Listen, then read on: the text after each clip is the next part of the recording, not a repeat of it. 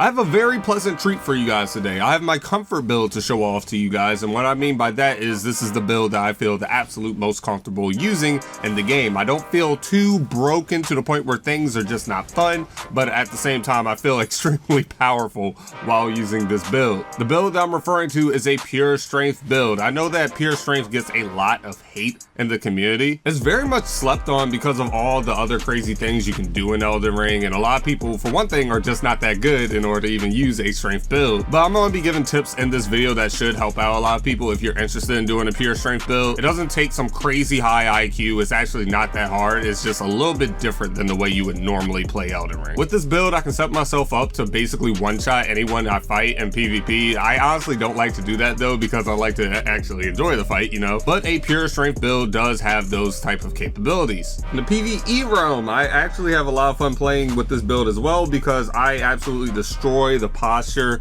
of my opponents. Oh my god, or poise, whatever you guys want to call it. I destroy that, and while doing so, I also do a huge amount of regular damage to my enemies. But what you guys are seeing on the screen right now are my stats. I do need to mention that you can flex with virtually everything that you guys are seeing, except for the 80 strength. I would recommend getting your strength to 80, and you're going to want to have a pretty high endurance regardless of where you put all of your other stats, because of the fact you're going to need to put on good armor. Actually, good armor is subjective, so let me just go ahead and say this instead. You need to put on heavy armor, alright? The reason you're putting on heavier armor is because you want to raise your poise as high as you possibly can. Poise is going to enable you to super armor through a lot of nonsense that is going to be coming your way. Say for example, when I'm fighting these guys in PvP and they're over here hitting me and whatnot, if I have a low poise, they might be able to stagger me, but because my poise it's alright, you know, it could be higher, but because it's sitting pretty at 50, I'm over here super armoring through a lot of the stuff they're trying to hit me with. A lot of these bleed builds have these dex weapons that don't really stagger me well, and they'll be over here trying to hit me and apply the bleed and everything, and I'll just super armor through their nonsense and kill them before they're able to kill me. That's very clutch, because you're not going to be able to attack but so fast with these huge weapons that you're going to be using. And speaking of the weapons, let me go ahead and show you guys what weapons I am using. I like to use this hammer. I have no idea how to pronounce this, but I use that, and I use a giant crusher, and I scale both of these to heavy when equipping an Ash of War so that I can get that full scaling towards strength. Honestly, in terms of damage, it would be more ideal to have 2 giant crushers. Just thought I'd mention that because I already know I'm gonna have people in the comment section saying, why don't you just use 2 giant crushers, because 2 giant crushers would do more. Yes, I know, okay, I know, but I just started New Game Plus for this build. It's 1000% an option. If that's what you would like to do instead, go ahead and do so. Now, I like to use different Ashes of War depending on the situation. When I'm playing PvP though, I like to have Bloodhound Step on one of my hammers and Thunderbolt on my other hammer. Unless you're new to the game or hiding under a rock, you should know what Bloodhound Step does. Bloodhound Step basically allows me to dash all over the place all fast and whatnot. It also gives me iframes in the middle of the step, so it's pretty freaking annoying to deal with in PvP. But it can be very clutch when I'm fighting against a boss that's doing a whole bunch of craziness that I just cannot time right, or if I'm fighting someone in PvP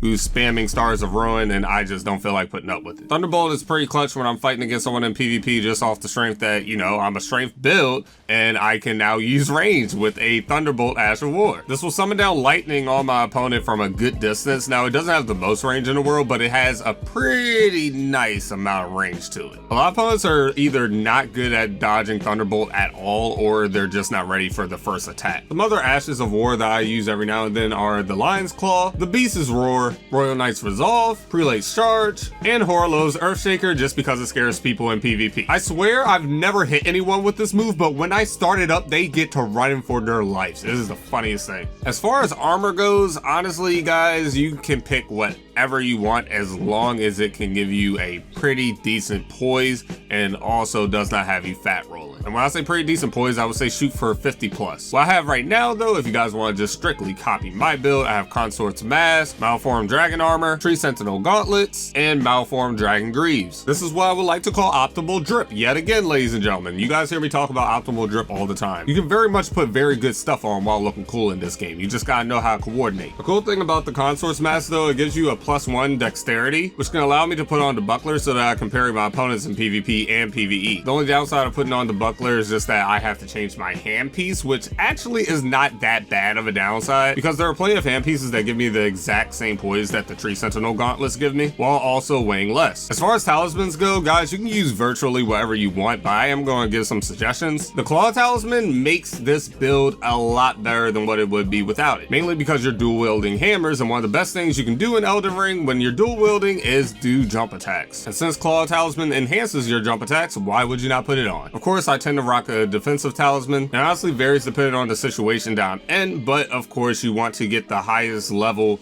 of the talisman that you can possibly get to help you put on that heavy armor you want to have on Erdtree's Favor +2, and you can have Great Jar's Arsenal as well. But of course, guys, if you have any other talismans that you would much rather put on, by all means go ahead and do so. There are good talismans that you can put on for a build like this. Shard of Alexander is just great for basically every single build. It greatly boosts the attack power of skills, and another good talisman you can put on for this build is the Bull Ghost Talisman because it raises your poise. Even something as simple as a Crimson Amber Medallion +2 is just, you know, really clutch for this build, considering chances are you're going to get hit, and the more health you have makes you an even better tank. But now it's time to talk about spells. Let's talk about the Sacred Seal. I rock the Claw Mark Seal on this build because of the fact it scales with strength. As you might have guessed, you're not going to be using the craziest incantations with this build. I mean, it's pretty self-explanatory. You don't have that much FP and your faith is not that high. However, you can put on hit pieces and talismans to boost your faith to a little bit above 20, enough to the point where you can use skills like Dragon Bolt Blessing if you really want to. And of course, with that being said, you can also put on a hit piece so that you can have enough arcane to use a Blood Flame Blade if you would really want to. Because of my own personal preferences though, I'm perfectly fine with just having a 15 faith and just calling it a day. With a 15 faith, I gained access to skills like Electrify Armament, which basically makes my right hand weapon imbue with lightning. I can also use Flame Cleanse Me, which is very clutch. From what I've noticed, and I could be wrong about this, but Flame Grant Me Strength is something that doesn't last as long as Electrify Armament as a damage buff, but it's still an attack buff that I can utilize with my faith being at 15 nonetheless. So when starting off a boss battle or starting off a duel or something like that, I might use Flame Grant Me Strength. Honestly, it depends on whether I'm thinking to use it or not, but yeah, it's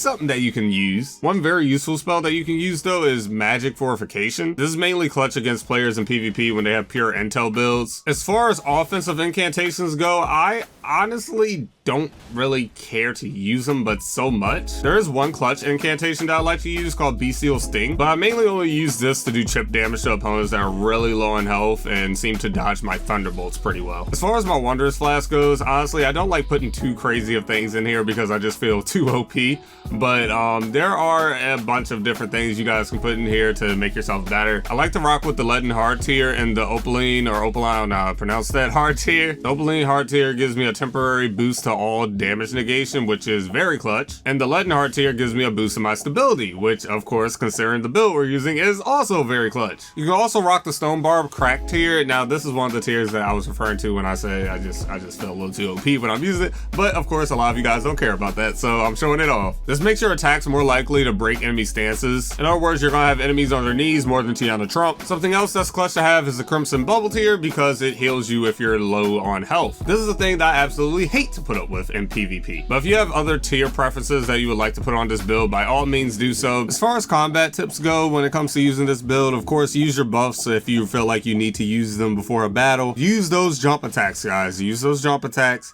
And one thing that I feel like a lot of people don't use as much as they really should in this game, use crouch attacks, especially if you're using a big weapon. The biggest downside of using huge weapons in this game is the fact that they take a while to wind up. They have a very easy tell, and you know, people can just dodge out of them. But if you do a crouch attack, a lot of people are not ready for that faster attack, and they're not really used to that tell. I've definitely managed to catch a lot of people with crouch attacks. No, it doesn't do as much damage as some of these other attacks, but it can be very clutch, I'm just saying. And I've mentioned the poise thing before, guys. Try to bait your opponents into actually clashing with you, because I promise you, you're going to do more damage than what they do. The only times you really need to be afraid of clashing with somebody is if you know that they're going to stagger you. That can happen if one of the status effects that they they try to inflict on you builds all the way up, or if they're just using a big enough of a weapon to stagger you. But there are going to be a lot, and I mean just straight up plenty of matches where you're going to be able to go through all of their attacks. I shouldn't need to mention this, but also get into the habit of using your Ashes of War. But this is my comfort build. It's not the most broken build in the game, but it's definitely something that I absolutely love. It's given me the most fun that I've had in this game. I hope you guys enjoy the video. Let me know if you plan on using this build, because hey, it would definitely put a smile on my face. I love seeing my Unga Bunga brothers out there just causing havoc. And I hope everyone's having a great time on Elden Ring. Make sure to leave a like on the video though if you enjoyed everything. Comment down below how you feel about everything. Subscribe to the channel, all that good jazz. I'm getting up out here. Touch grace and get some maidens. Bye.